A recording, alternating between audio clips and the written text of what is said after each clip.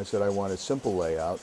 I am not interested in meeting time schedules and switching tracks and playing real railroad. For me, my layout is fantasy. You will find O gauge and standard gauge and double O. I also have an original 2 7/8 loop, and you will find all kinds of manufacturers. The basic track plan is a series of concentric circles.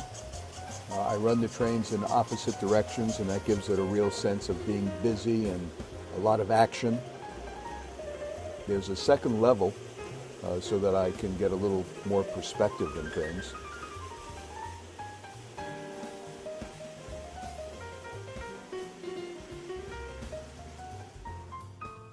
Okay, T-Rail was made by Lionel from 1938, I think probably to the end of 41 into 42, so that they could run their full-scale engines.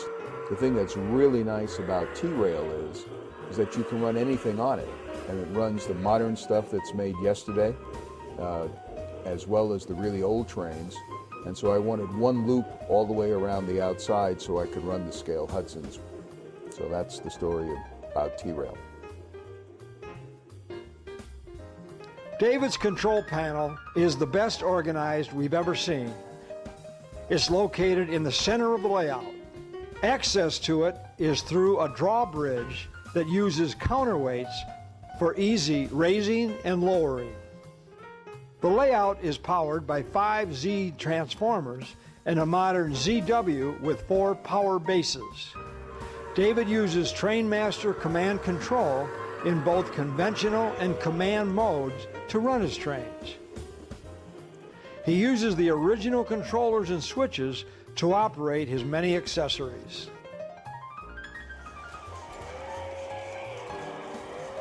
David runs a variety of trains, and he's not hung up on running strictly catalog sets.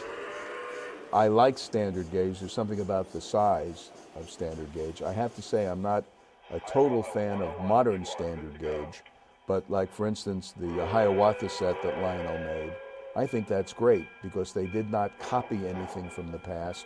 It was something new, and again, if you go back to my love of people like Erte and Art Deco, if you look at that fishtail on the back of the observation car, I mean that's right out of 1935. I mean it's great.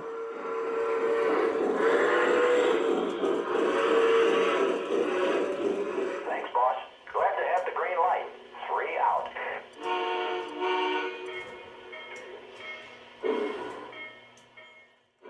The Lionel O-Gauge Hiawatha is one of my favorite sets to run. It's a marvelous set that Lionel made a few years ago. Top quality, excellent mechanics to it, wonderful sounds. Now I personally am not one into all the modern technology in new trains, but in this train Lionel really got it right. It looks beautiful, it runs great, and it's a point counterpoint. You'll notice I have the Hiawatha set running in one direction at O-Gauge and the standard gauge Hiawatha set going in the other direction. And when the two pass, people just love seeing the difference between the two.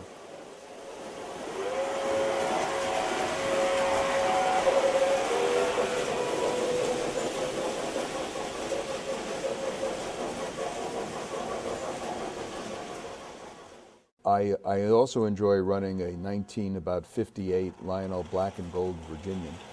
It's a very special engine to me because I won that in a raffle, about the only raffle I've ever won. I run it every day, as you can see. It's a great running engine. The double motor Magna Traction FMs seem to pull beautifully. My wife Barbara loves the trains, and she especially likes aquarium cars. So that is sort of her train, her favorite, with aquarium cars, and that's why I run it every day. The bell ringing switchers, the 622 and the 6220 that Lionel made, only difference really being operating couplers, are some of the favorite trains of most young people when they got them, because a little bell goes ding, ding, ding as it goes around the track.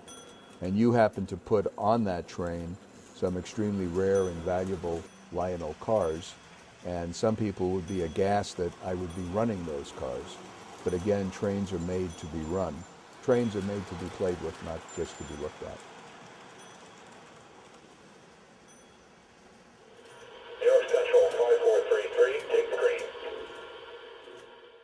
5433 Hudson long scale Madison set is a set that Lionel put out to celebrate their 100 years of existence, their anniversary set.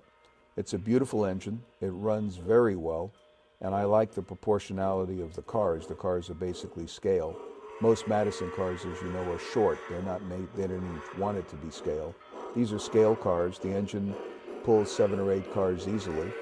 And again, it's a real favorite of people. They say, boy, that reminds me of the train that Grandma used to take when she'd visit me going from New York to Chicago or Chicago to New York. The Lionel 408 Apple Green set is the second biggest electric that they made. Still quite big, probably weighs about 15, 16 pounds. And it has 2 motors in it. And those 2 motors enable it to pull almost anything. The 408E has lights, directional lights, and has extra trim on it. That Apple Green set is one of my favorites. The condition is extraordinary. Bought it from the original owner, has the diner car, and you can see how nicely it runs. Another set that I really enjoy running is a Lionel 385E because it has a chugger. Early attempt of Lionel to give more realism, if you will, since, as you know, no pre-war trains, none, zero, have smoke. If the train is smoking, it's on fire and you have a problem. But the chugger was to give it a realistic sound, and some of their top-end sets, that's what they put in. This set has what are called rare transition cars, just like the cars that also Lionel gave to Ives. And it's a very pretty set with maroon roofs and terracotta sides, highly sought after by collectors because it's pretty and you can see how well they run.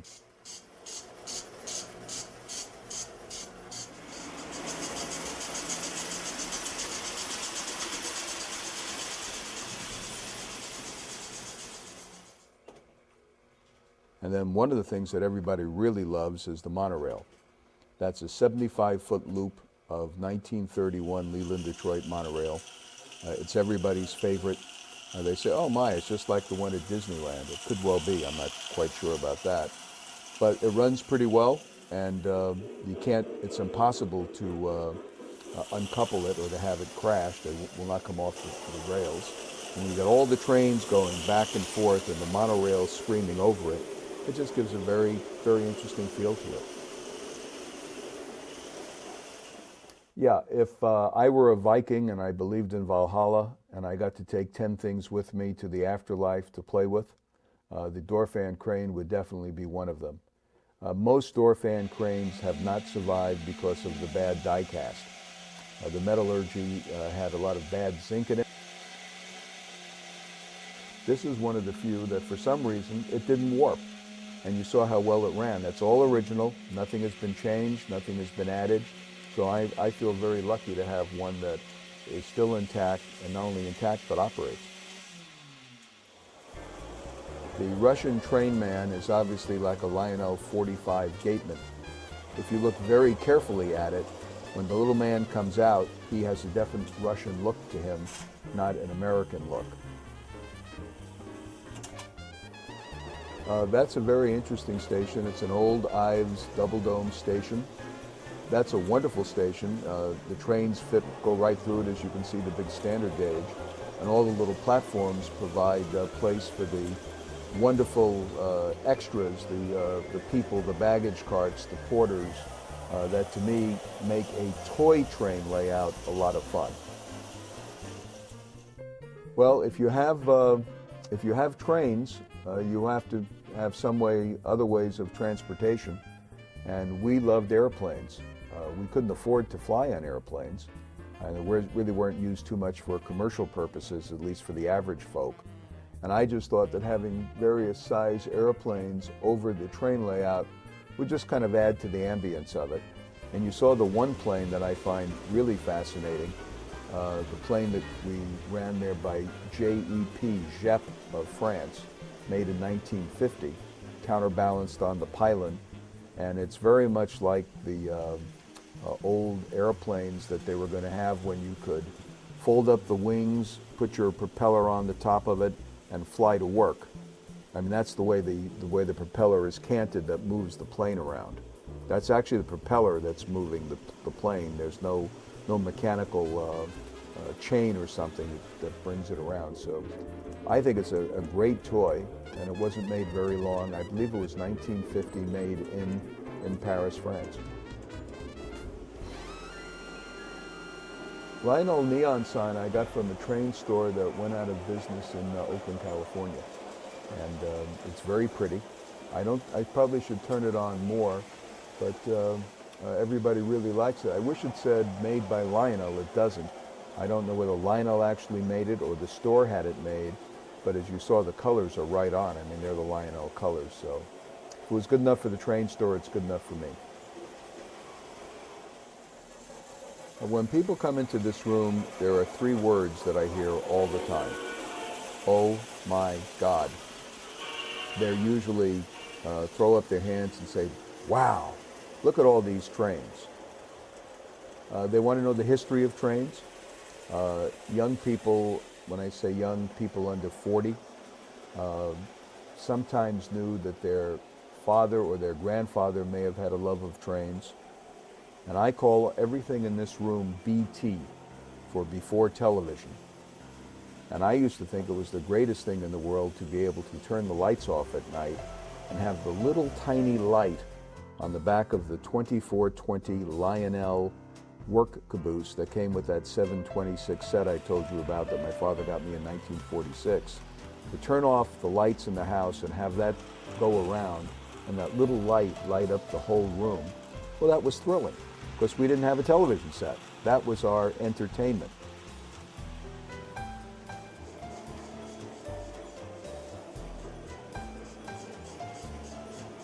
Well, I think the hobby is in a real time of transition. We are desperately trying to show people the joys of toy trains because so many collectors are one generation away from being World War II veterans. And we need a lot of new young blood to become concerned and infused into the hobby so that our joys and our love and our passion will be passed on from generation to generation. Maybe we can engender some interest in this hobby with nice videos that you're doing and maybe with the display I'm doing at the San Francisco International Airport.